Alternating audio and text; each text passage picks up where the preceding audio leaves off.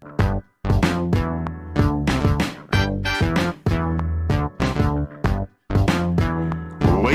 and gentlemen, yes, this is your favorite show, Sports Unfolded, with your favorite hosts, Eric and Ron.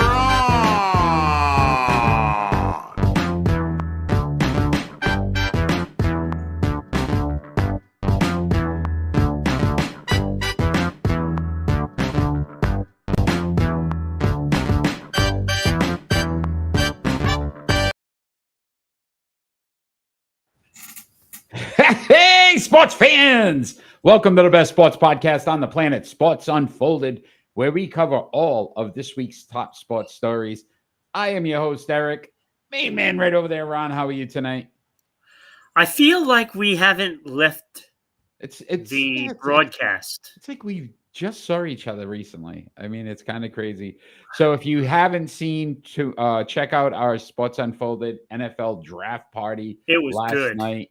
We had a lot of fun watching the 2025 NFL draft. It was good. Man, they dragged that out. Oh They my always God. do. They The always massive amounts of advertising Yeah. on that is just absolutely insane. Well, they got to make their money. I'm sure they have to make it. They definitely did that. First and foremost, we want to thank all of those that help support Sports Unfolded. WDJY 99.1 FM in Dallas, Georgia. Thank you for your support every Saturday at 1 p.m. Eastern Standard Time, as well as W990 WBOB.com in Providence, Rhode Island, every Saturday at 10 a.m. Eastern Standard Time, as well as SECTV Public Access Channel 12 in Southeast Connecticut on every Tuesday night at 10 p.m. as well. So thank you for the support. We also want to thank all of the fans out there. So if you are joining us live, please join our chat as we have our conversations. Let us know. And we want to also, new thing here, Sports Unfolded. We want to thank those fans that have taken time to put some comments out. John Celio, former Rhode Islander, living in Thailand. Great show. Can you talk more about RFC, or can you talk about RFC more? Actually, we should be doing something in the next month or so with Rhode Island Football Club, so we're excited about that. And also Billy the Kid. Look at these goons. So again, if you have comments and you put them on, we will definitely make sure we mention them, but we want to thank them for their comments. Yeah, even though we're called goons, That's all right. Goons could be a good thing, too. I got a couple of can goons be. of my boys. They're my boys. They're my goons. It's a good thing. Sure. So thank you all for all your support. Let's make sure we join the chat tonight. Let's have some fun with that as well. Yeah, we had, Elias, James. Yeah. Joining the chat. Danny even stopped by. Yes. And he's getting married, huh? Yeah. How about that? So that's kind of exciting. So it's like we're watching him grow up before our eyes. So that was kind of cool. All right, Ron. Well, I guess we should get this thing started. And you don't want to just chat about nothing for the next hour and a half? We could. I mean, it worked for Seinfeld. I mean, we could. It could be the next Seinfeld. So. Yeah, that brings up some hurt feelings. Costanza. Do tell. Oh, the Costanza thing. Yes. So let's go off and start our show with our leadoff story, and that's the NFL draft. Kicked off last night. Let's discuss some of our winners and losers. Definitely an interesting first round already in this 2025 draft. But who were some of the teams that you felt, Ron, did really well? Well, I do like what the Giants did. They did move up and they did grab a quarterback, Jackson Dart. Now look, you can question the quarterback they took, but I don't think it's that much of a difference between the two, to be honest with you. I don't think either of them are going to be great. They will be average to above average. You know, they'll bring some wins to a franchise. I don't think either of those two are going to make that much of a difference. Now, whether Cam Ward makes a difference, that's a different story. If he doesn't, complete bust. You know, Yeah. and we've seen it there before. Number Russell, one pick. Yeah, we're gonna have some fun with with that. but segment I as well. like what they did. I thought it was smart for Cleveland to drop down in the draft. Yep, pick up some Not assets. sure I like what they did with it. I will say this though, next year's class seems to be a lot better. Yeah. I could definitely see why they did that. A quarterback class will be much improved. Cleveland won the draft. And they got a shot at With Garrett. Sanders now. Yeah. Yeah. Listen, 2 top 5s possibly. Travis Hunter, some question. Again, was that a reach by Jacksonville? A lot of talk about them just trying to make some noise so that they become relevant again. Jacksonville obviously struggling to kind of, get their team to be as popular as they'd like them to be. I mean, Disease. It's the easy pick. I get it. But do you think it's sustainable to play on both sides of the ball? I don't think it's sustainable in the NFL. Yeah, I don't buy it. I don't buy it. I don't see it. So you have the Giants. I have the Giants because I like what they did. Right. I like their first pick, and I actually do like them picking Jackson Dart. I think he has the skills to be their quarterback. I'm not so sure Sanders was the guy. Yeah, and we'll talk about that a little bit later on in the show. But I have the Colts as a winner. I thought Tyler Warren, tight end, Penn State. Oh, that was fantastic. 6'5.5", 256, big target, a must need for the team. We had a lot of issues with teams not drafting for need. And I thought the Colts checked that box. This is definitely a need for them. So, and that's a big box to check too. Look, when you have that size of a tight end, I mean, you saw what Gronk did. I mean, that's the impact you're looking at. If he has even 60% of Gronk in him, that's a massive pickup. Massive. Yeah. Another steal for me, Josh Simmons, the very last pick. This was a top 15 pick. I know some questions with the knee injury, but if you look at it, again, this is a steal for the Chiefs. They don't need him to start right away. It gives him an opportunity to kind of work himself back into shape, kind of get back. But this is a high pick and an offensive tackle. I was thinking about this, Eric, and something wasn't right to me. Everybody's worried about that knee you're a lineman, right? That's not easy to do and to come back from, knee problems. But it's not like he's an offensive lineman. I think it's tougher on the offensive lineman because they have to absorb the hit and take that step with their leg. He is offensive. And that puts more pressure on it. He's offensive tackle. Oh, so then my concerns are right. You are tired. I am. I'm not right all day today. But I will say this again, if you think about it, it's the 32nd pick overall. If this kid turns out to be, again, a top 15, which he was projected to be, I think they got a steal there. Yeah, but they might not have him for a lot of the season, though. I mean, I don't know where he's progressed in his rehab, but it's got to be still there. Yeah, but again, even if it's week 5, he misses the first month of the season. It gives him time to learn, the NFL and kind of that process. I mean, he is going to be a future, potential All-Pro. Yeah, I think so. Who else do you have as winners, Ron? Well, of course, I have Jackson Dart as a winner because he got drafted in the first round.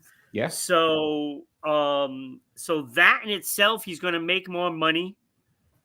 Being a first rounder.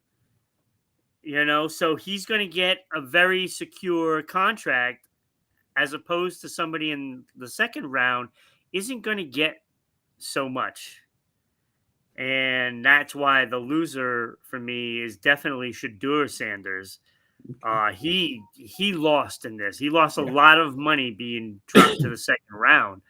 That's a lot. Well, even if he gets the second round, we don't know yet. We'll find out. Right. And that's just it. Does he get picked by Cleveland, or does he keep falling? Yeah, we'll see. Could you imagine if he keeps falling and somebody else gets picked ahead of him? Yeah. I also had the Raiders with that Ashton Genty. I think they got the best playmaker in the draft. The kid has a ton of upside when it comes to some of the comparisons. So again, if they get he beat Barry Sanders' record in college, LaDainian Tomlinson comparisons, things like that. If that's what they've got a guy now that they can focus their offense around, which they needed. Guy, though.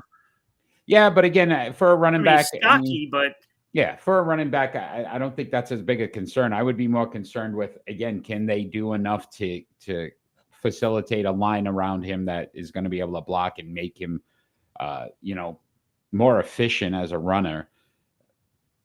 And again, Boise State versus, playing in the pros is a lot different. So we could see that being an issue as well. But I also have one more winner, Ron. I have the Cowboys. I like the Tyler Booker. Made a good pick. I like that pick. I think they didn't try to get, a lot of people said go wide receiver. Listen, the strength of the Dallas Cowboys in the past was the offensive line. They lose Zach Martin. He retires. Here's a tough kid who's hungry, who wants to play. I thought that was a great pick. It was a smart move versus just doing what fans ask you to do, which we criticize Jerry Jones all the time for making some weird decisions. But to me, he didn't cave to the pressure and decide to do something that wouldn't be beneficial to his team. I liked Atlanta's pick as well. James Pierce, right? Yeah. I thought they needed some defense. They needed somebody that could put some pressure on the quarterback. They did go there. Wait, was it them that picked Pierce? No, who's the one that picked Pierce? They had Pierce. They had 2 picks. They got both of the kids. Yeah. All right. So on the defensive side of the ball, so wow, I'm really out of it. Yeah. I'm second guessing myself now. Yeah. That I like that pick, and where they got him was tremendous. Yeah. Trading back in, right? I just don't know about giving up a first round pick. I don't know about that. I was a little but questionable on that. If you ask me what the players they got, they did win with the players. Yeah. I think they could have actually done better in their original pick. Yeah.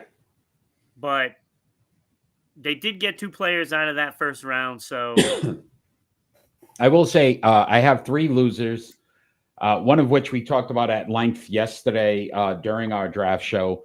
The Chargers and Amarian Hampton, the running back from North Carolina. Again, not a bad player, and I like it, but they got Najee Harris, and I understand what he's trying to do, Jim Harbaugh, and he wants the double backs and but I still felt like they needed edge rusher. They lose Joey Bosa. Defensively, they are still not where they need to be. They have a good enough line that they could have probably gotten a running back in the second or third round. You could have actually gotten him in the second round. So you could have gotten him in the second round. So I did not like that move. As well as the Buccaneers, Emeka Egbuka, the wide receiver from Ohio State. Great character guy. Heard a lot of good things today about him as well. But again, here's another team that needed defense. They have Godwin. They have Mike Evans. Did not like that pick. I felt like they should have went that route. They did have a lot of injuries, Eric. I mean, last year they were missing so many receivers throughout the whole season. You had to feel this was coming. Yeah, again, I think you could go to a wide receiver second, third round based on the talent you already have. Well, that's what I think about. I think about a lot of the players that were drafted. I think a lot of the players, I would say half of the players were drafted way ahead of where they should have been. And they let a lot of players slide down. Yeah, and there's still some really great players that are going to go early in this second round. The only other one I really had that I was disappointed with was the Packers. Matthew Golden, very good, again, wide receiver from Texas, speed, has the intangibles. But again, in that division where you're playing Detroit twice, and we know Chicago offensively is going to be much improved, I felt like you either need to rush the passer or lock down a corner. Yeah. And we've seen Green Bay pick up guys. It was like the old Patriots where you'd find some scrap heap guy that worked at Starbucks and could. Green Bay seems to do the same thing. Like they just seem to, every wide receiver that's come in there has been successful. So having to use a first round pick when you could have probably done a third, fourth, fifth round pick and still gotten probably the same production based on your offense and what you've been able to do in the past. But that was my losers. Yeah, I mean, those are pretty good ones. My loser, I think, is Pittsburgh. Look, I don't care who they get for quarterback this year. Whoever they get is not a long-term solution. And I think they really missed the boat on this. And now they're going to get caught without being able to draft anybody good. I mean, when you think about it, if you're not getting Sanders at this point, you're left out in the cold. You're going to have a quarterback that is going to need maybe 2 years. Yeah. And you've talked about it. It's either the Aaron Rodgers or the Kirk Cousins thing. And even that isn't a guarantee right now. So they're playing with. Like I said, even further, you could end up with maybe Garoppolo. But I don't think he's in LA Rams, right? I have no idea. I think so now. I don't know where he is anymore. But I mean, those are not long-term solutions. And you're going to find yourself without a quarterback next year. Yeah, I agree with you. I agree with you there, buddy. All right, let's continue this NFL talk. And let's discuss why do you think Shedeur Sanders fell out of the first round? What do you think was the biggest factor, Ron? I think there was a combination of things. I think, first of all, what we saw last year with the panic with teams trying to get a quarterback, between that and just nobody really stands out this year. Nobody is very weak class, especially at the quarterback position.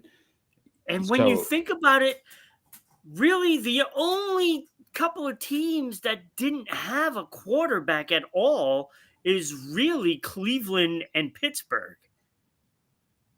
So, the Giants, look, they got Russell, and that's all fine and dandy. And Jameis Winston? Yes.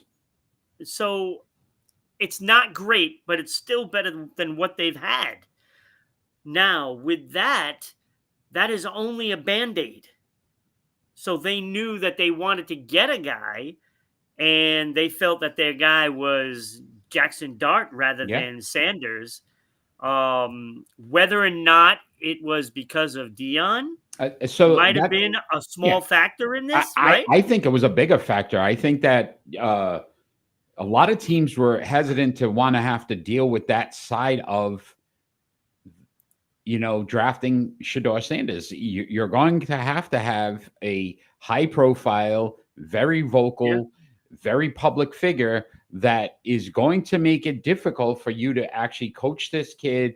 It's week 6, if he's not starting and the team's 0-5, you don't think Dad's popping off on the media and he's going to get circuit. the fans up in an uproar, and even if he's in there, and something goes wrong, what is he going to do? He's going to blame the coaching staff and blame this because his son can do no wrong. Yeah. And I think, honestly, humility for him in this process of understanding, first of all, that tent party or whatever it was, and There was a rapper there. I don't even know who he was, but and Legendary was all over the tent, and you haven't stepped on a football field in the NFL yet. And you're already entitled. Right. And I think that a lot with of teams, big, huge chain and. So I think it gives a bad image for these GMs, these owners, to say, do I really want to deal with this? Because it's already coming with baggage. Again, I think it was a bad look for him. Then you're in New York on top of it. Yeah, he had every opportunity to go to Green Bay, right, and be in the green room and show like, hey, I'm just like everybody else, and I will take my, opportunity when it comes to cross that stage, and you chose not to. And I think, again, that was his chance to be in the first round, because I think teams would have felt like, okay, he's genuinely caring about this process and wanting to be in the NFL. It looked like he was just out there having a party that was more about showcasing him and what his family does. You got a player with an NBA attitude, and the NFL is not the NBA.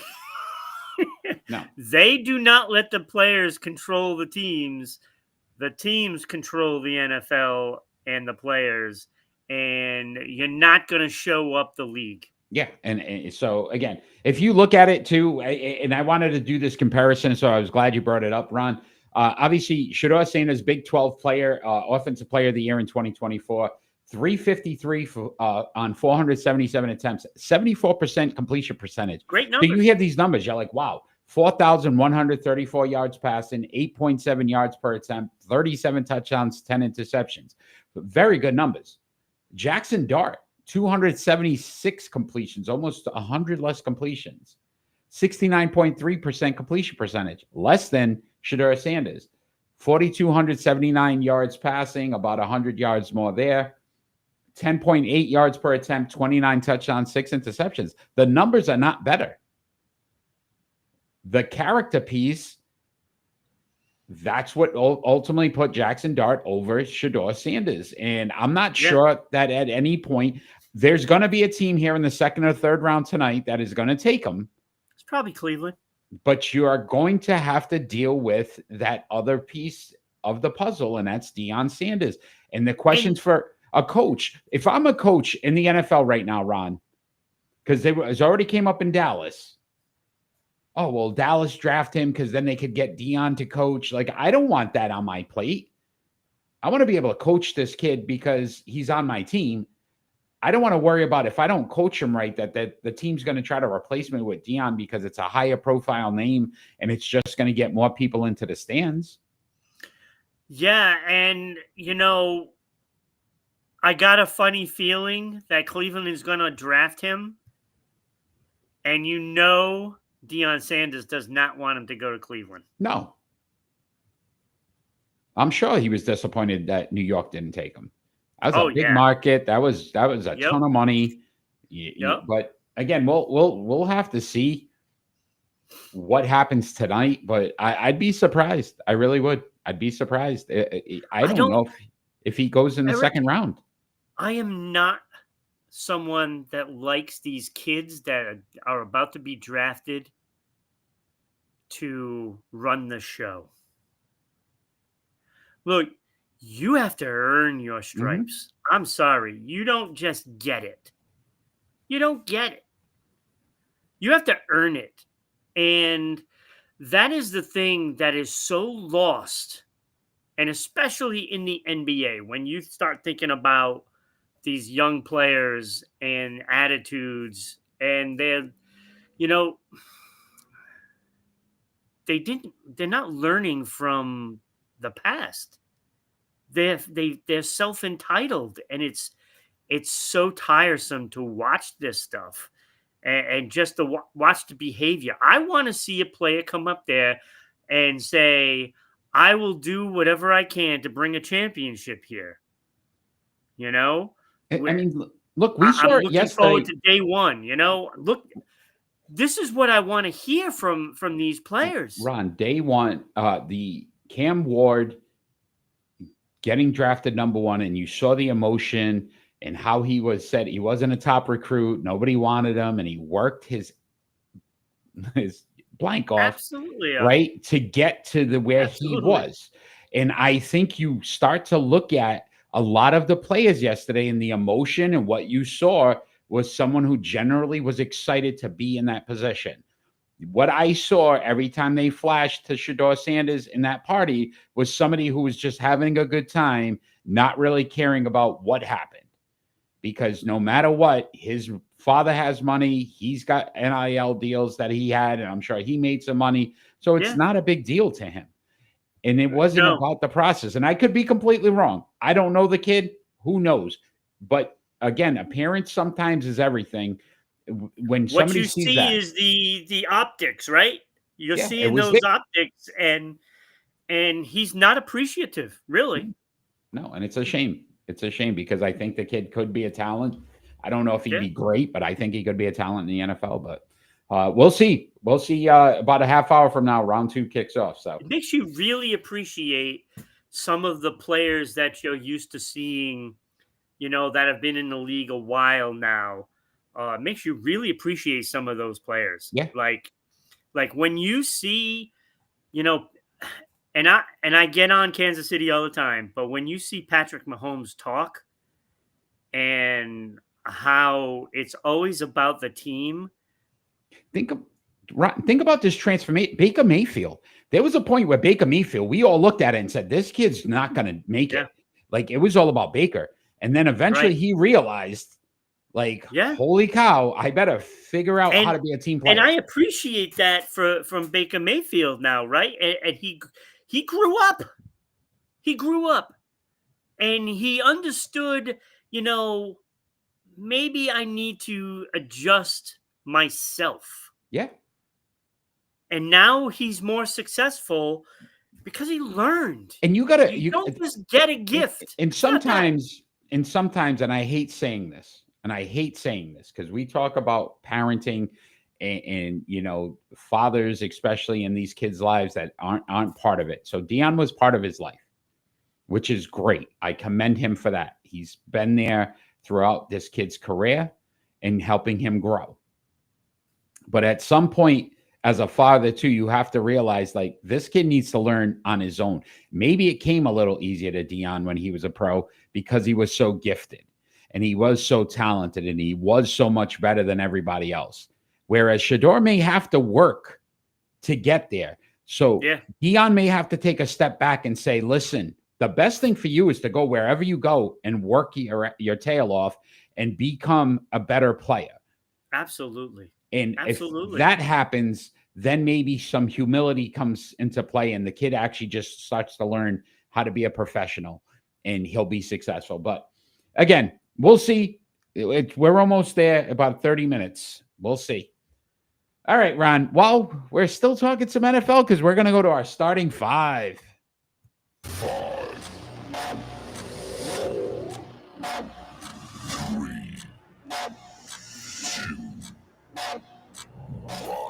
Our starting 5 tonight, we decided to continue with the NFL draft talk, and we are giving you our starting 5 number 1 draft picks that were quarterbacks since the year 2000. You are first this week, Ron, so your honorable mentions. All right, my honorable mentions. I sort of have 5. Okay. Not really. I really only have 3 honorable mentions, but I'm going to mention 2 as honorable mention.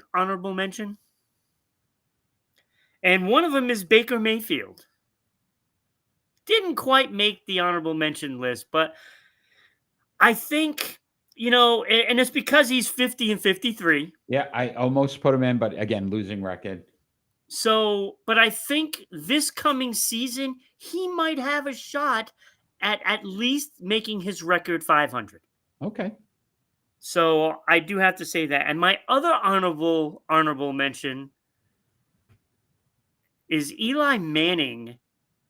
He's on my honorable mention. Look, his numbers suck. If they do, he's a 500 quarterback, but he got 2 Super Bowls. But he has 2 Super Bowls, so he had to be. He's an honorable mention for me as well. So my three though, Carson Palmer. My honorable mention. 92 and 88. Yeah, with not bad. No, not bad. And I was all over this player, all over him. Cam Newton, honorable mention. I mean, 75 and 68. That's a winning record. Yeah. That's a winning record. 194 touchdowns, 123 interceptions, 3 Pro Bowls. You know, he put up numbers. Mm-hmm. Couldn't get it done, but put up numbers. And then I have Alex Smith just on the outside. Interesting. He got bumped at the last player I did. He got bumped. Okay. All right. So I also had Carson Palmer and Eli Manning. I put Joe Burrow only because it just not enough yet for me. There wasn't enough. Wow. Wasn't enough for me. And then Matthew Stafford. And Matthew Stafford, because he had a losing record in his career so far. He still is not a 500 quarterback. So Matthew Stafford did not make my top 5. So let's start this starting 5, Ron. At number 5, who do you have? I actually have Matthew Stafford. I know he's 108, 113.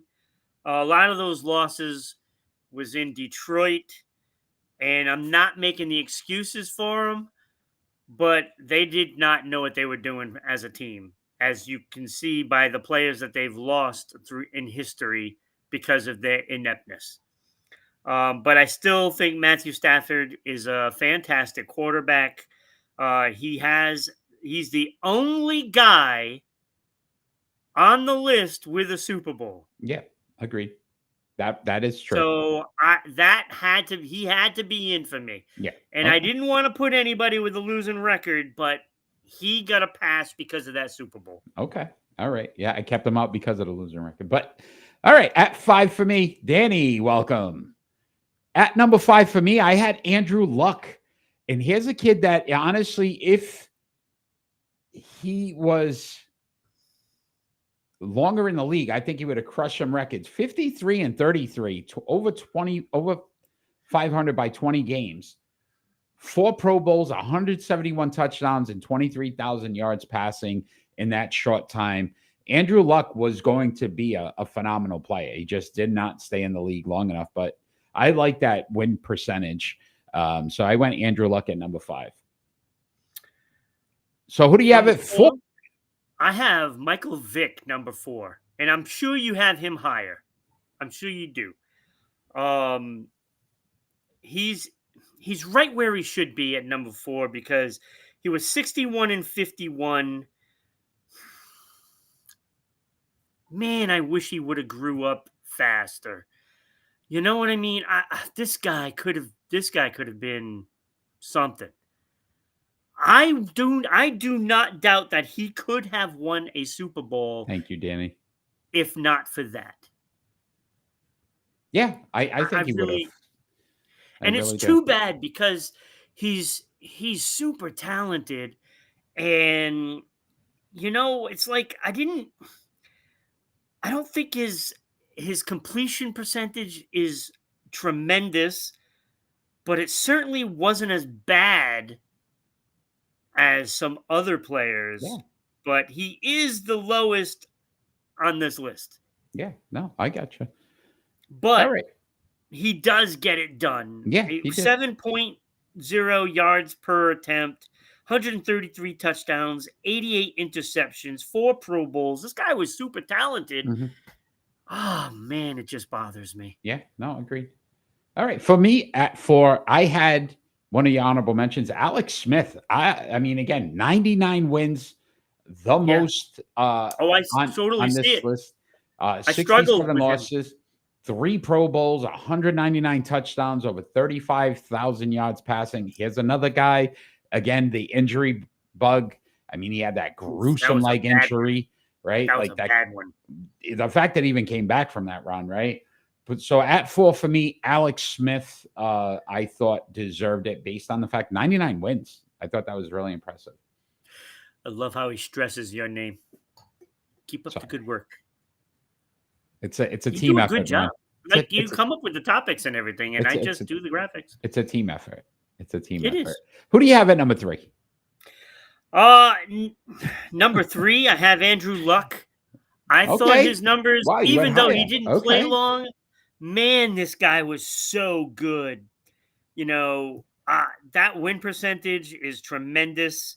60.8 completion percentage, 7.2 yards per attempt. And I really like that number because that really tells you you're moving the ball down the field. When you throw the ball, chances are you're going to be getting a first down. And 171 touchdowns, 83 interceptions is phenomenal. In the short period of time he was in 4 Pro Bowl. Like when he came out as a rookie, and look, the record sucked. But you saw that talent in day 1. I will say this too with Andrew Luck. If he wasn't in the AFC, he probably would have got to a Super Bowl. He unfortunately had to face Tom Brady. Yeah. I think he would have made a Super Bowl. I really do.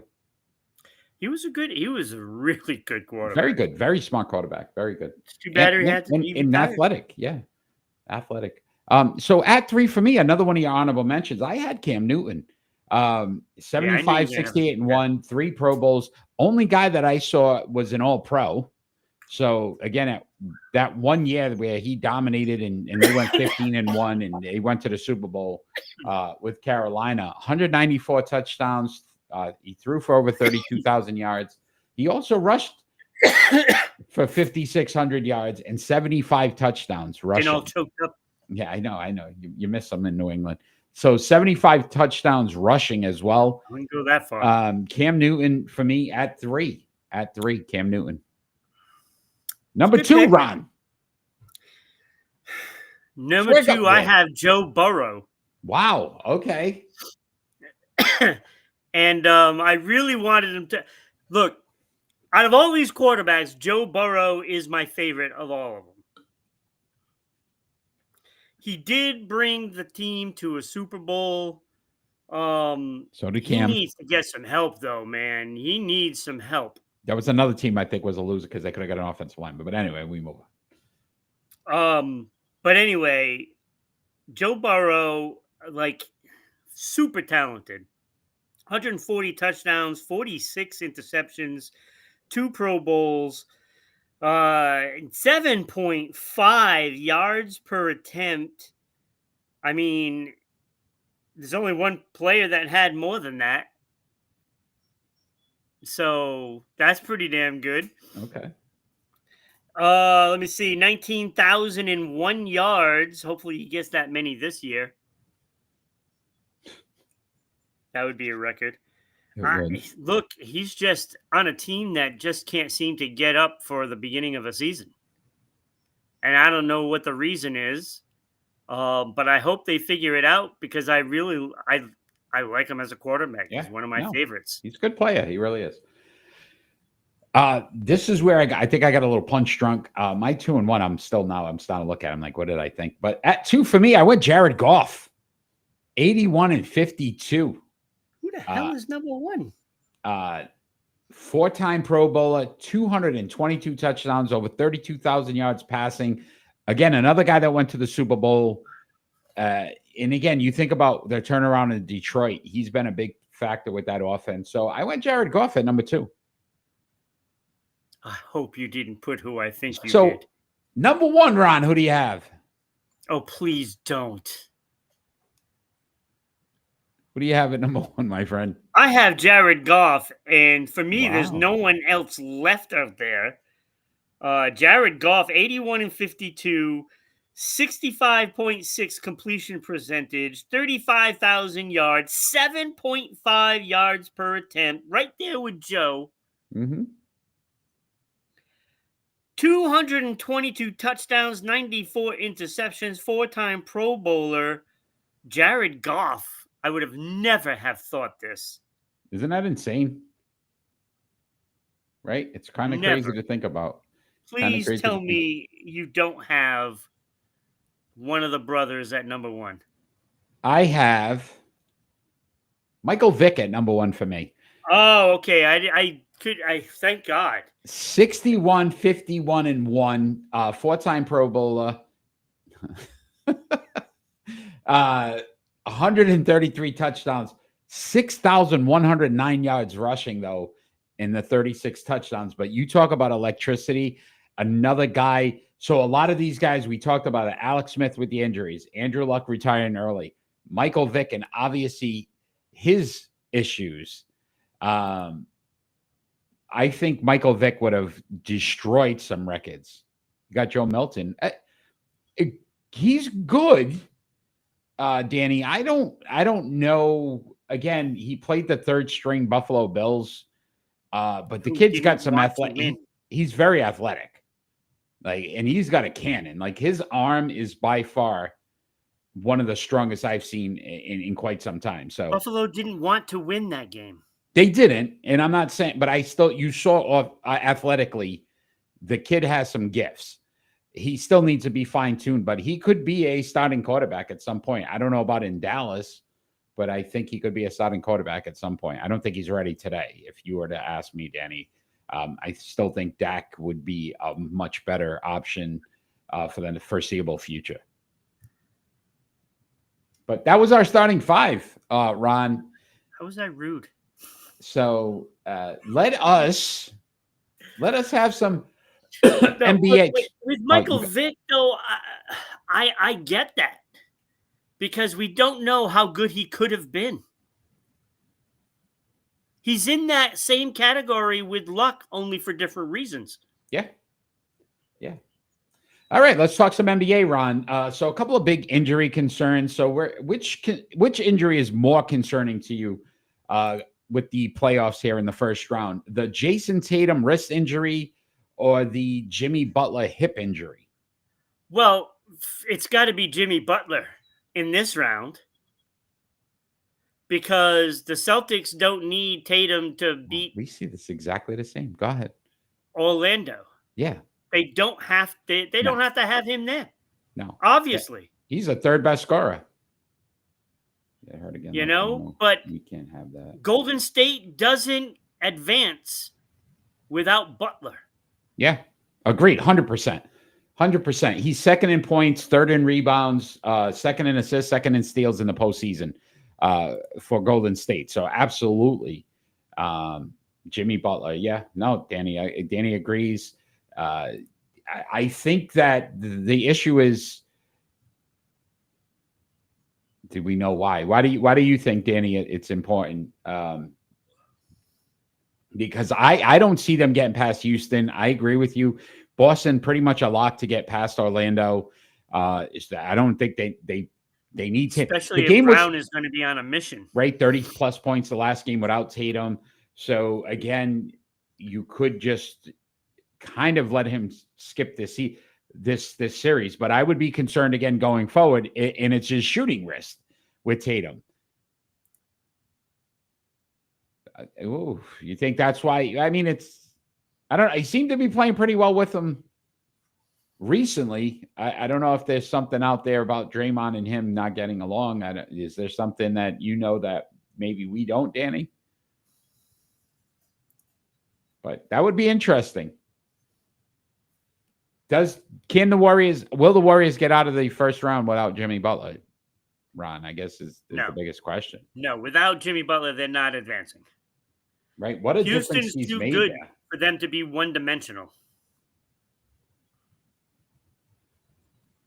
Yeah, you know what I'm saying? Like, you don't have that guy that gets everyone going.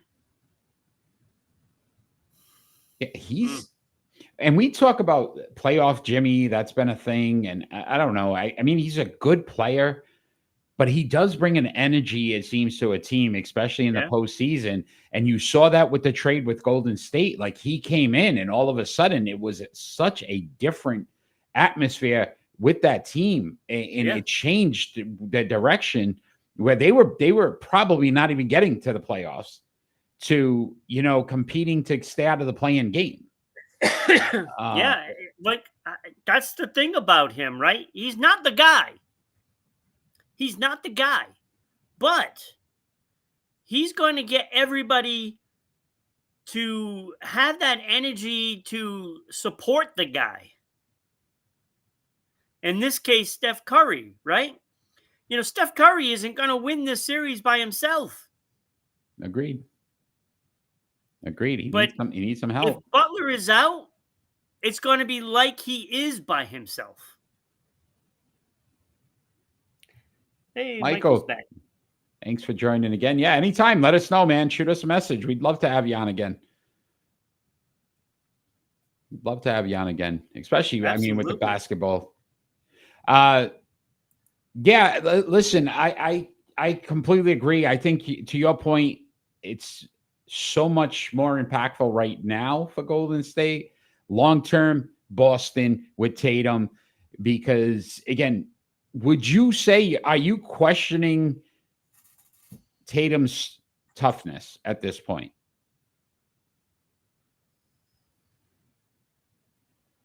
Am I questioning Tatum's toughness? No. So you don't think he could play through this injury? I think he could. But I think they're sitting him just to make sure he gets that healthy. No sense in putting him out there if you're not needed in this series. Okay. I mean, look, let's face it. I mean, you got guys that can score. So it's not a question of that. Yeah, no, I agree. I'm wondering again, Now, questions he's not going to play ask me tonight. the same question in next round. That's a little different. Yeah. Round 2, game 2, now possibly game 3. We'll see how long they let him sit, though, too. They're up 2-0. Yeah. I mean, Draymond, it could be. Maybe Draymond, again, very prideful. He's been a Golden State Warrior for quite some time. So might feel a little bit of animosity if he's thinking Jimmy Butler's trying to take over the team when really Jimmy Butler is a piece of the team. So I could see that, Danny. Absolutely. All right. Great talk. Great NBA playoffs.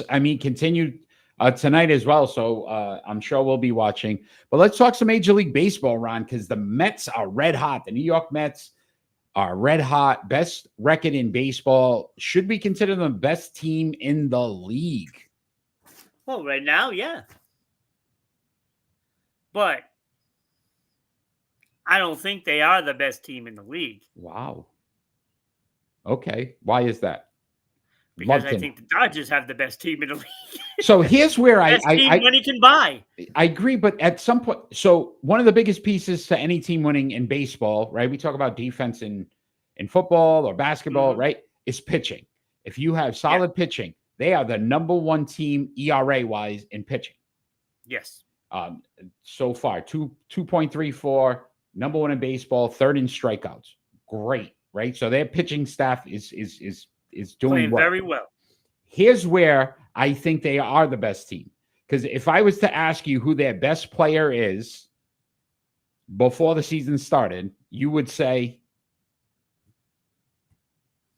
Soto, right? We would expect Soto to be their best player. Pete Alonso signs that deal. He's leading the team in batting average, home runs, RBIs, OBP, and hits. But that doesn't surprise me. Francisco Lindor, who normally starts slow, hitting.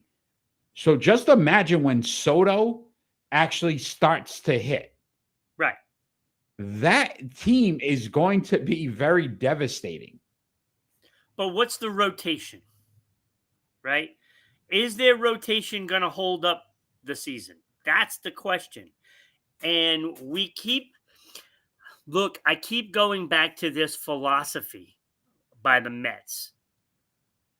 And remember when Jacob deGrom was there and Harvey and at the beginning of the season, they'd always come out and they'd play great. And then they would break down and have injuries.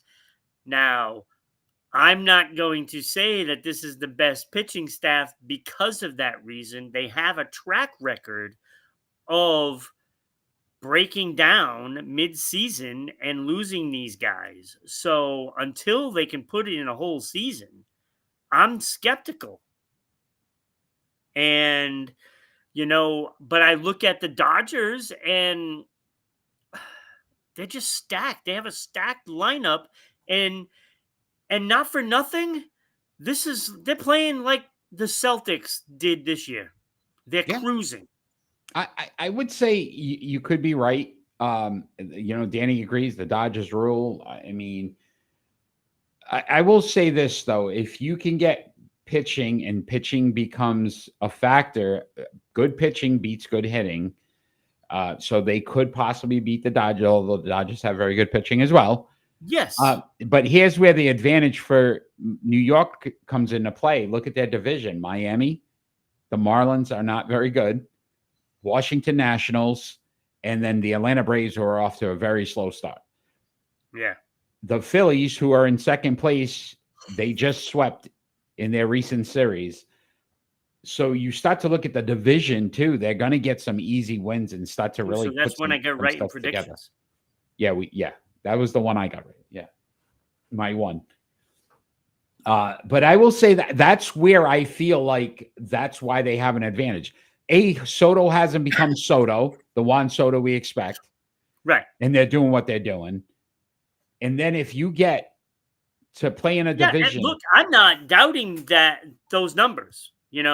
I'm just doubting whether the Mets can keep their guys healthy on the mound, because the short history of it is no. Yeah. They break down mid-season, and until they prove otherwise, I'm just going to assume, and you should never assume because we know what happens. No, we know. I'm just going to think that it's going to be a half a season. And then those pitchers are going to break down. Now, did they do anything to correct all of this short-term history? I don't know.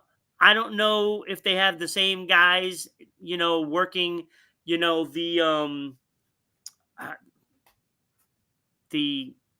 the injuries process, right? Keeping these guys fit, trained, in shape, and able to to be a little flexible, with their muscles and everything. Look, they just have a tendency to break down, and those arms are very valuable right now. And if they break down again, it's just going to show me that it's their philosophies of pitching than doing something wrong. No, it's an interesting. So we'll see what happens halfway through the season if they're still there. Yeah. Interesting comment there from Dan. Jimmy Butler and Juan Soto will be, I think, because they are going to ruin the team. I mean, I don't know if Soto will ruin the team. I could see that with Butler. Butler has a tendency and a track record where everywhere he's gone. Soto would be an interesting one because, again, I know even with his contract, a lot of demands. I don't know if maybe some of the players, and he's made some comments about, nobody good's hitting in front of him. And then you look at what Pete Alonso's doing. I'm like, it's pretty damn good. 341 batting average. You know what I mean? But those guys have been there. You're talking Lindor and, and a couple other players, they have been there. So they're doing the job. Yeah, no, you could be right. Could be right. All right. That was some Major League Baseball talk, but let's get into our split decisions. I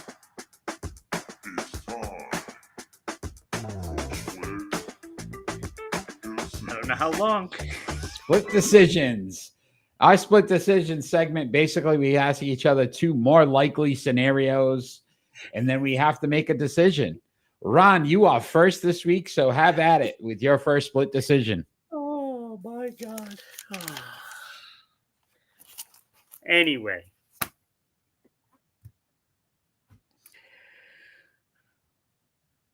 Which last place East Division team is more likely to finish first?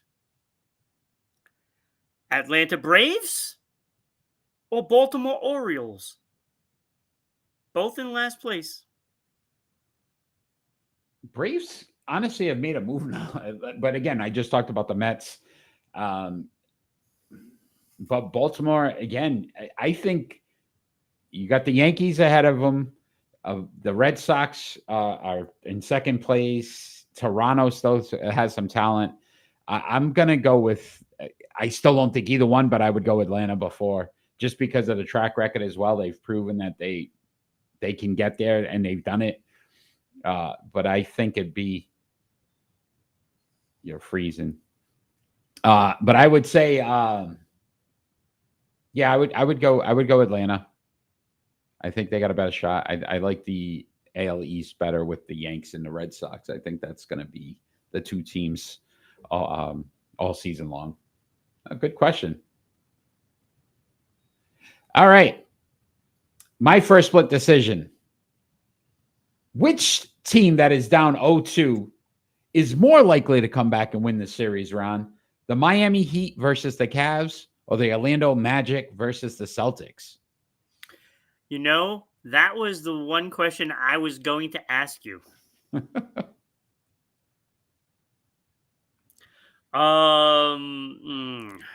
I don't think either one of them can, to be honest with you. I'll just say Miami Heat, because at least I don't think either of them can, to be honest with you. I don't. The Heat I can't even give a reason why. But the Heat have at least seemed to keep it close. Some of the games where you could see, like, hey, maybe in a worst case scenario. Yeah, maybe if they got 4 baskets in a row, they could take the lead. But no, I don't think either of them. Yeah, I don't either. But I could see. It's more likely Miami, because Cleveland, just hasn't had the playoff push like the Celtics have had. Yeah. That Tatum injury, though, you never know. Porzingis taking a and that's crack even to the head. with the Tatum injury, right? You see the Porzingis taking a shot to the head and the blood coming down. I mean, that's old school basketball right there. All right, Ron, your second split decision. All right, who is more likely to win Offensive Rookie of the Year for the NFL next year? Okay. Cam Ward, Jackson Dart, Ashton Genty. Yeah. Genty. If it was Montreal, it would be Genty. Or Gentois. Or Tataroa McMillan, T-Mac, as he likes being called. T-Mac out. I don't think Carolina's offense is going to be very good. I don't think it'll be Jackson Dart because I don't think he plays this year. I think they go Russell and Jameson, which leaves me with Cam Ward and Genty. Honestly, I think Cam Ward is probably going to win it based on the fact that he's going to have more opportunity. I think Genty, again, it's the whole team around him, and I don't know if they're going to be good enough. So I think Cam Ward will put up better numbers, but again, I would go Cam Ward there. But good question. All right, my second split decision for you, Ron, is which quarterback drafted in the first round last night is more likely to have more wins? Cam Ward of the Titans or Jackson Dart of the New York Giants? Well, for the same reason that you said, Jackson Dart is probably not going to play this year. Jackson Dart, is that Joe Dirt's cousin? Yeah, I think it is. Joe Dirt. From what I understand, Jackson Dart is trying to grow his mullet. Oh, yeah, he's going to do a little mullet action? So, I keep wanting to call him Joe. And I may before the show is over.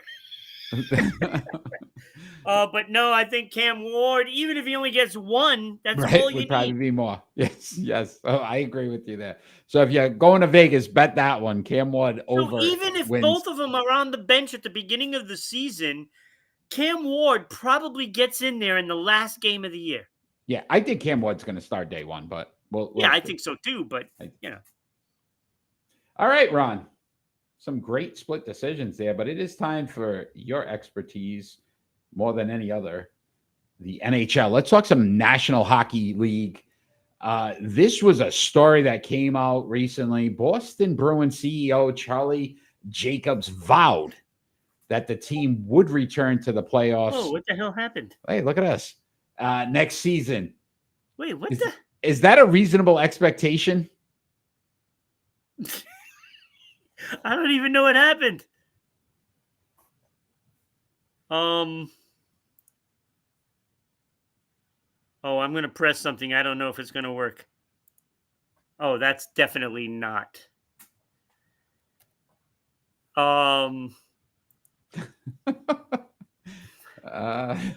You added someone. You added there you go. But where's your graphics? There we go, buddy. I don't know what the heck just happened there. Oh my goodness. So Boston's Bruins CEO, we'll try this again. Charlie Jacobs vowed that the team would return to the playoffs next season, Ron. Yeah, there was Is that a reasonable expectation? A big, a big, massive, press conference saying, and he, of course, touted Cam Neely and Don Sweeney, who are going nowhere. But that's the word. This exactly right. This is a warning for said president and GM. Look, he is claiming that they are going to return, hence the title of the show, The Return, to the playoffs next season. Okay. So I have some questions. I thought we'd do it this way. I know I'm going to throw you off because I'm sure you got something, but I want to ask some questions and then we can kind of see where we're at. So my first question is, they traded away Trent Frederick, Charlie Coyle, Brandon Carlo, and obviously Brad Marchand. How do they expect to replace them? Good question. I haven't a clue. They have to score on all their offers in free agency. And it's unrealistic that you're going to get 5 guys coming in the door. It's unrealistic. You will get 2 at best. 2. Okay. So next question.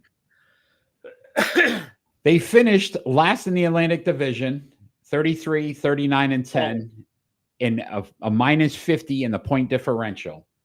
What do they do to improve the offense and improve in this area to make it so that the games are closer? It's not. I don't think it's the offense. I think they're just so bad defensively. And when you looked at that roster at the beginning, and I looked at that roster and I'm matching it up to everybody, going by what they did the past 2 seasons, breaking the record and then following it up 1 point behind the President Trophy, right? 1 point. To a team that was incapable of getting it out of their own end. It's the same players. Mm-hmm. How could you be so inept in your own end a season later when you're one of the best defensive teams in the league? And you don't do anything but improve it by getting Zadorov. Yeah. It made no sense. But it was what it was. They couldn't do it. They panicked all the time. And in order for this team to get better, they have to be better in their own end. Okay. And it's defensively. And they have a lot of issues there. Good. There's our questions. Our next couple questions. Jeremy Swayman, 22, 29, and 7 with 4 shutouts, a 3.11 goals against, and an 8.92 save percentage, which is not very good. No. Obviously, that won't cut it. What do they do defensively in front of him to improve that performance next season? Try not to panic. Have some conviction when you bring the puck out of your end. You know, you can't just toss it away blindly and put it right on the stick of an offensive player or a defensive player for that matter. You know, they're passing it, you know, right to the point men. And they get clear looks. Those wingers aren't covering their player. They like to wander and look for that breakout, and that leaves a guy wide open on those points. And that's the problem. They're getting a nice shot off, and players are cleaning it up with easy rebounds because the defensemen are just standing there watching instead of doing. Okay. So health concerns and injuries were an issue. Charlie McAvoy played only 50 games, and Hampus Lindholm only played 17. That was the big one. If they return, do you see a improvement on the defensive side for the Boston Bruins? Especially Lindholm, because he was playing really well when he went down. Charlie McAvoy did not have a good year. And, you know, he has to come back. And I think with Charlie McAvoy, it might be because of possibly getting suspended, you know, because of hits. He has been suspended before. Yeah. So I think he's been a little hesitant playing that physical game. And if that's the case, he's no use of Boston. Plain and simple. If he's not playing physical, he's a defensive liability. And he has cost them many goals this season. Yeah. Okay. Last question. What do they do to help David Pastrnak in scoring? So he led the team with 43 goals. Geeky was next with 33. And then third on the team was Brad Marchand, who obviously is no longer with the team. Who is going to be that offensive player that actually takes some of the responsibility off of Pasternak's play? They don't play for them right now. Okay, so you think it's going to be a sign or it's going to be a draft? They have to get a free agent in there that can score. Has to be. If they don't get one, they're not going back to the playoffs. Now, I like some of these kids that Nustendinov, whatever his name is. He's actually, I like how he plays. I don't know if he's going to be, you know, a goal scorer or anything. I don't know if he knows how to put himself in the right places, but he's pretty decent. Lysell showed me he can play this game, and they need to play him more. And the guy they got from Toronto, Minton, he's got some skills as well. But those aren't guys that are going to put you over that hump. They got to go out and get a free agent. You gotta get somebody. And whether you're going to pluck from like Winnipeg or Vancouver, you know, or some of these other teams, you got to get a goal scorer. You got to get one. And you need a playmaker. Those are the two things they need. So my final question, do the Boston Bruins actually live up to Charlie Jacobs' vow and make the postseason next year? Put your money where your mouth is. That's all I can tell you. I don't know. As it's constructed right now, no. No. They have to go get a playmaker and a goal scorer. Good luck spending the money on that. That's all I can tell you. All right. Great Bruins talk, but we're going to continue this NHL talk with our pick and roll. It's time for pick and roll. Our pick and roll tonight. The year is 2017, episode 17, year 2017. And these NHL draft players that were drafted: Elias Peterson, Nico Heischer. Did I say it right? Heischer, Jason Robertson, Nick Suzuki, Martin Nikas, and Kale Natchez. Martin Natchez and Kale McCarr. We're going to rank them from 6 to 1. You are first. And just so you know, Shedeur Sanders did not go to Cleveland. Oh, jeez. Carson Schiswinger, linebacker from UCLA, number 1. Went number 1 today. The Houston Texans are on the clock. Wow. Okay. Wow. Although they have the 4th pick That's too, going. so they may grab them at 4. Wow. But it is time to rank them, Ron, 6 to 1. Your pick and roll. All right. You know, I like all these players. But Nick Suzuki right now is number 6 for me. He's starting to come along though. He had a great year this year. Not so much in the playoff stuff.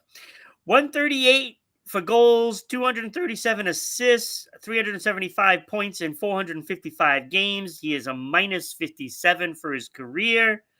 That's not going to get it done on this list because he's the only one that is a negative in that category, but he's got some skill, and I think he's starting to blossom now. Number 5, I have Nico Heischer from the Devils, 171 goals, 251 assists. He's a plus 21, 24 game-winning goals, no accolades, did not win Calder, did not get an all-rookie mention. So I have him at number 5. Number 4, Martin Natchez, who's now gonna play the next couple of years. I'm guessing for Colorado. 124 goals, 202 assists in 441 games, a plus 25 with 28 game winners. He has no accolades at all. But I like his game. I think he's one of those players that certainly has the skill to be a top scorer in the league. Number 3, Elias Pettersson from the Vancouver Canucks. 471 games played. He has 457 points, almost a point a game, and 195 of those are goals. He is a plus 46, 33 game winners, which leads all these players. He won a Calder Trophy, and, none of these guys have, won a cup except for one. Yeah. And that person is coming. So number 2, Jason Robertson. To me, those two guys are like right there together in their career. 374 games. He has 168 goals, 226 assists for 394 points. He's better than a point a game. Plus 95, 31 game winners. He has an all-star appearance. Of course, an all-rookie. I really like this player. He's fantastic for Dallas Stars, who right now currently lead 2-1. So if they can win another game in Colorado, they take a stronghold. But that leaves the number 1 player on this list. I don't think it's close. Cale McCarr, 395 games. He has 428 points, better than a point a game. Now, he has 116 goals, which is last on this list. But the man is a defenseman. Mhm. 312 assists. He is so vital to the Colorado Avalanche. I mean, he gets mentioned among the top of all time. And I look, I don't think he's the next Bobby Orr, but he's pretty damn good. You know, I mean, you see a lot of that kind of player in him. It's not that same kind of a game these days. Yeah. But he's pretty damn good. 136 is his plus minus, Yes. which is by far the best of all of these guys. 24 game-winning goals, which is pretty impressive for a defenseman that's only been around for a few years. Yeah. 4-time All-Star, better than all of the other players combined.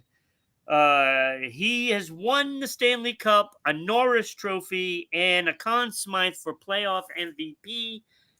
This guy is clearly the best on this list. So we saw it pretty similar. At 6, I had Nick Suzuki. I agree with you. The minus of 57, I just cannot put him any higher on this list. We flip-flopped 4 and 5. I had Martin Natchez. Yeah. And then Nico Hischier. So again, I just about 70 more points and you know what I mean, a few more goals and assists on both ends. So that's why I played an extra season. Yeah. I did have Jason Robertson at 3. And I did that because Elias Pettersson, again, if you look at it, again, almost 60 more points, a plus minus. Obviously, Robinson much better, but both of them, Calder, one's got an all-star, both on the all-rookie team. But Cale Makar, by far, to your point, dominated the numbers here for a defenseman, considering what he was going against, and was still the better of the players. So, good list. I mean, quality players. Yeah, they are. They're really good players. Nobody was. And I would love, one or two of these to be in Boston. Yeah, absolutely. Absolutely. So, Ron, before we get into our predictions, let's talk about our Hall of Fame. So recently just inducted Mike Tyson into our Sports Unfolded Hall of Fame. So we were excited about that. And Shaquille O'Neal. So both of them are now into the Sports Unfolded Hall of Fame. But we have some new voting up.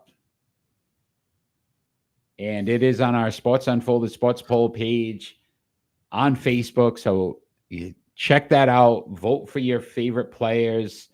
And let us know who you pick for the it looks like I deleted the graphics for it. All right. Awesome. So we'll get that next time. So wait a minute. I can put I still have these up here.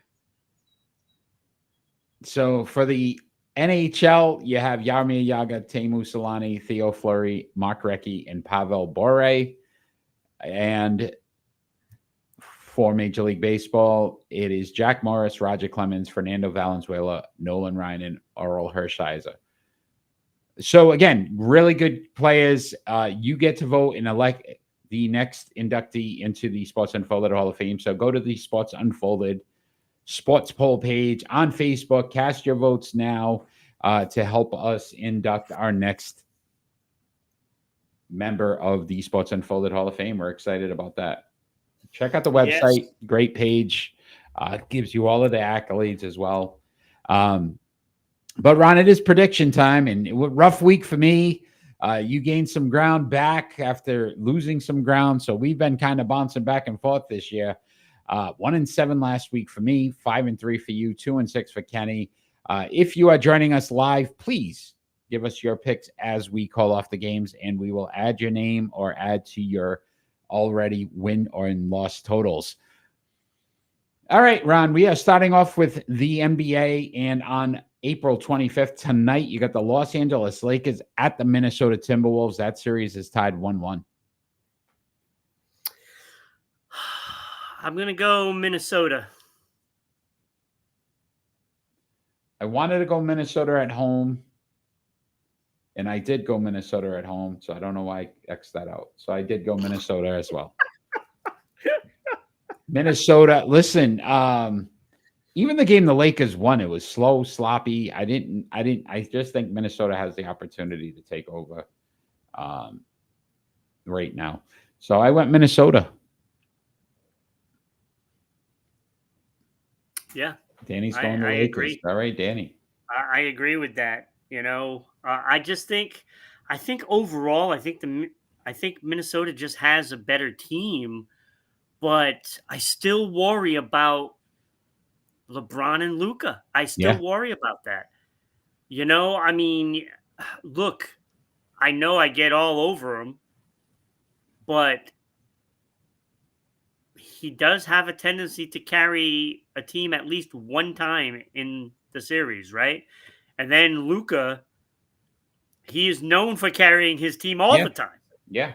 Yeah. Listen, you got that Dallas Mavericks team to the finals last year, which was very unexpected. All right. Yeah, I still don't know who's going to win that series because it's just We'll too regret. close. Yeah, It's you too might be close. right. You might be right, Danny. We're not doing so well this year. The second game we have in the NBA, April 26th, Ron, the Houston Rockets at the Golden State Warriors. I think this Jimmy Butler injury is going to affect the Warriors. It already proved it in game 2. So I went Houston, even though they're on the road. Yeah, I went Houston as well. Look, that's a big injury for this team. I don't know if they can withstand it. And if he's out, if he's playing, he's probably only going to be like 50%. Yeah. I just think Houston's all over that. They're going to take advantage of that. So you're going Houston as well. Danny, you have a pick? Yeah, I hope so. Danny, pick the game. Houston or Golden State, Danny.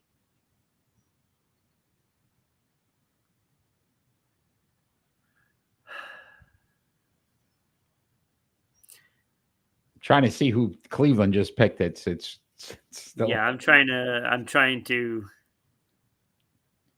Cleveland picks Quinshawn Junkins, running back from Ohio State. So they didn't even pick him with the second choice. Second pick in the second with the That's hand. And 4. volumes. The Raiders are on the clock now, though. Are you picking Danny? I get it. Are you picking Houston Rockets at the Golden State Warriors? Houston, there we go, buddy. Why is he shouting? I don't know. He likes to. He talks a lot. NHL action, Ron. April 26th, you got the Vegas Golden Knights at the Minnesota Wild. Yeah, Minnesota's up 2-1. Vegas, I'm going to take Vegas to win this one. If Minnesota wins this, it could be good night. I went Vegas as well.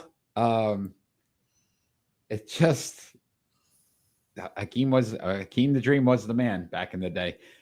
Vegas Golden Knights, I think, need to win this. They have the experience. So I think they understand the importance of this game. So yeah, I went Vegas Golden Knights here as well.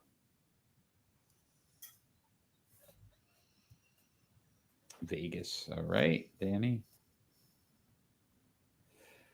April 26th, Ron, the Dallas Stars at the Colorado Avalanche. Dallas up 2-1 in this series. I think Colorado needs this.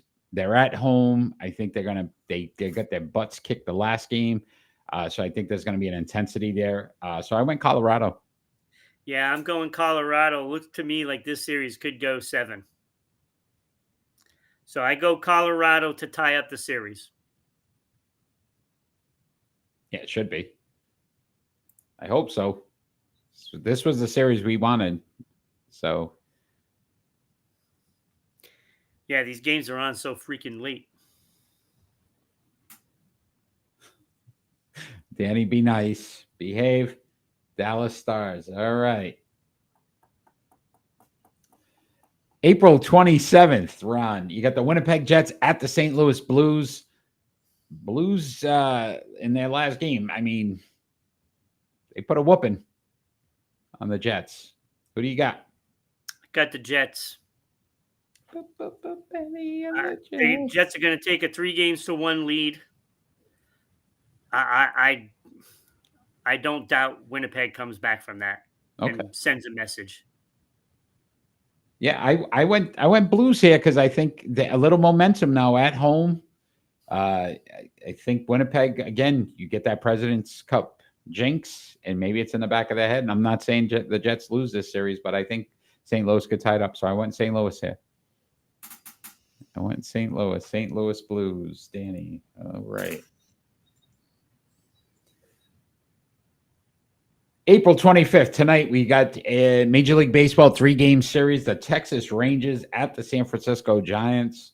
Both of these teams in first place. I went San Francisco here.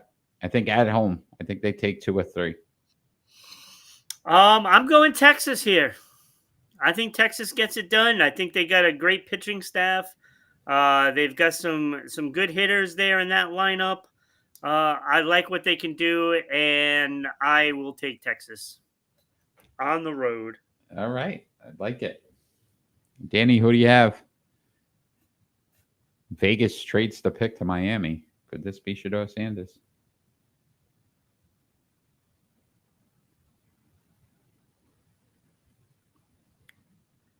That would be a good move for Miami. Yeah. Danny went Texas. All right. And last but not least, NASCAR is back. The Jack Links 500 in Talladega. Need a top 5 driver, Ron. We are on fire with this. We have not missed the past few weeks. We can tell you're a Texas guy. Wait, who got it last time? I won last time. There was no race last week. Oh, that's right. That's right. It was Easter. Yeah. I'm going with Ryan Blaney. Okay, Ryan Blaney. Ryan Blaney. It's a good pick. I almost went him. I went Brad Keselowski. Right, so.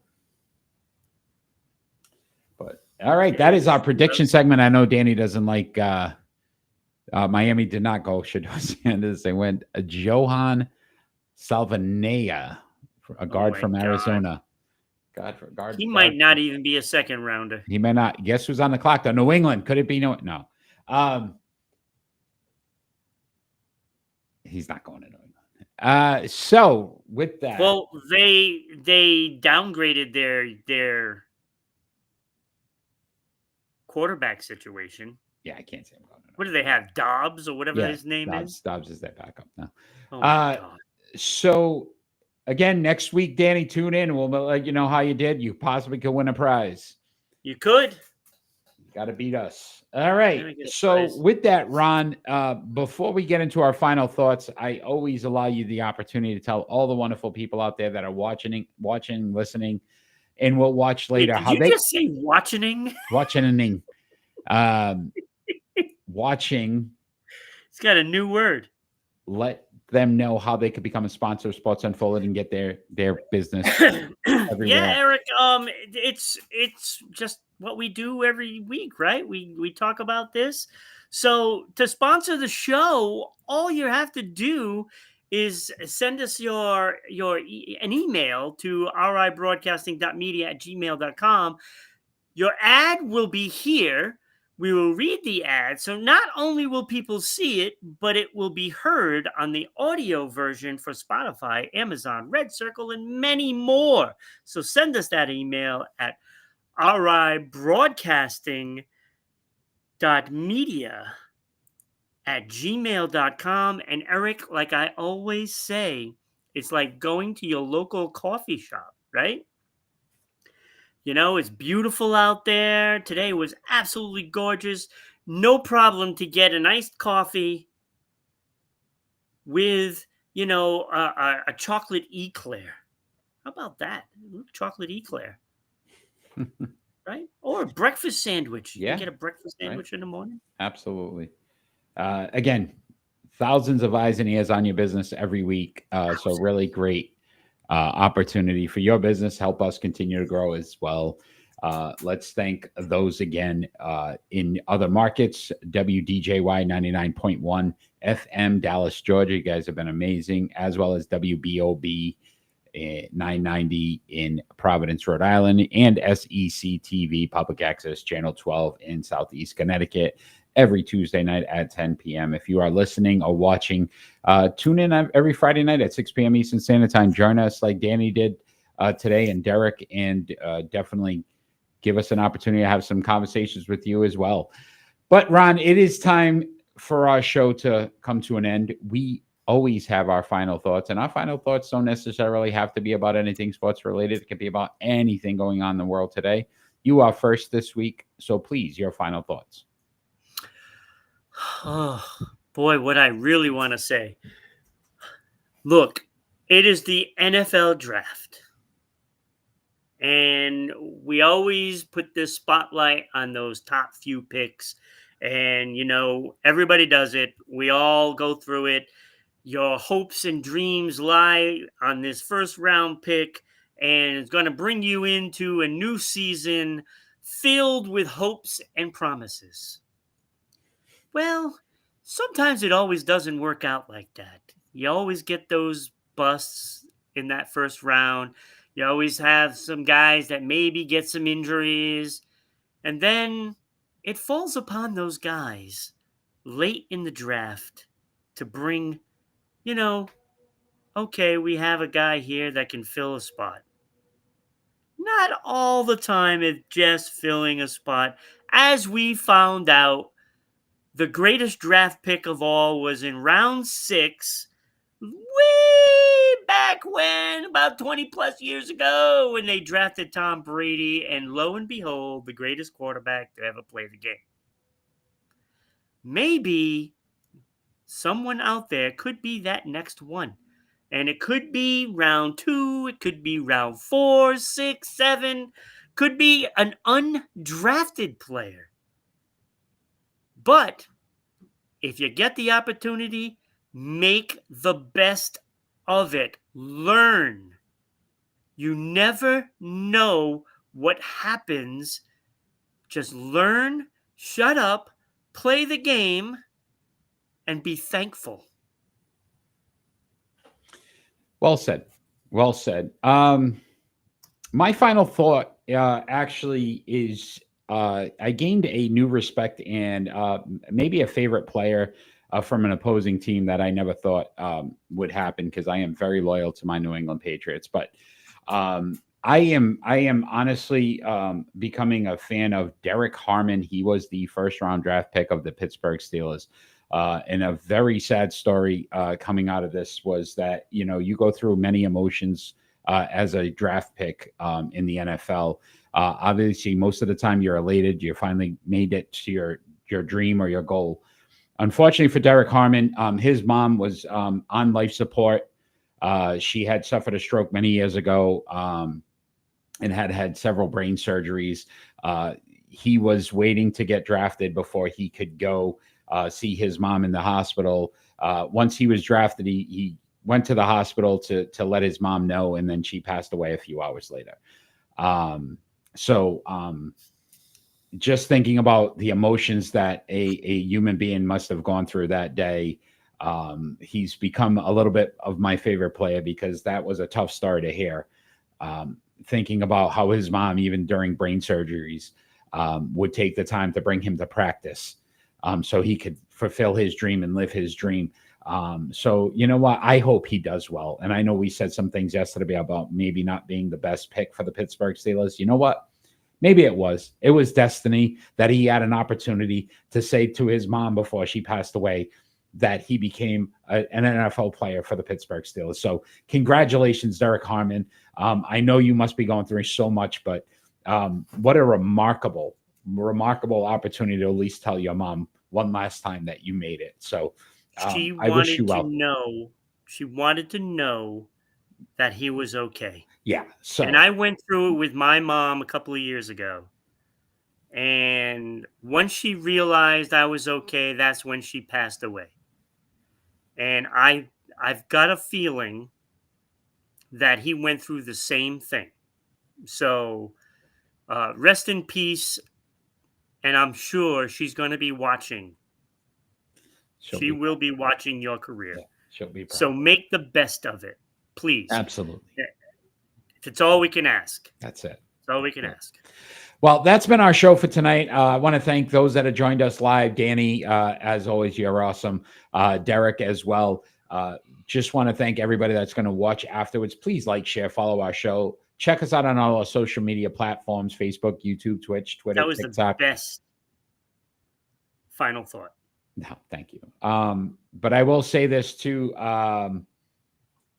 You can check out the website, check out the our Sports Unfolded Hall of Fame, and check out all of the great players that you have inducted in there as well. Always as a pleasure, Ron. I love doing the show with you, and I'm so lucky and blessed to have that opportunity. So thank you. I thank everybody out there. And all we ever ask for every single show is that we get peace on earth. Have a great night, everyone.